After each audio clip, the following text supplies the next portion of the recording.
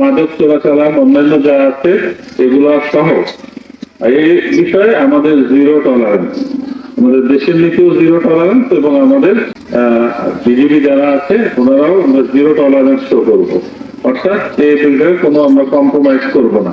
ওনারা রাত 3টার সময় যদি কেউ সীমান্ত করে কাঁটাতারের ব্যারাক অতিক্রম করার চেষ্টা করে, অবৈধ অনুপ্রবেশ করার চেষ্টা করে, সেক্ষেত্রে যখন আপনি অন্য একটা দেশের সীমান্তে চলে যান তখন সে দেশেরও কিন্তু সীমান্ত রক্ষী বাহিনী আছে, সে দেশেরও একটা নিয়ম আছে।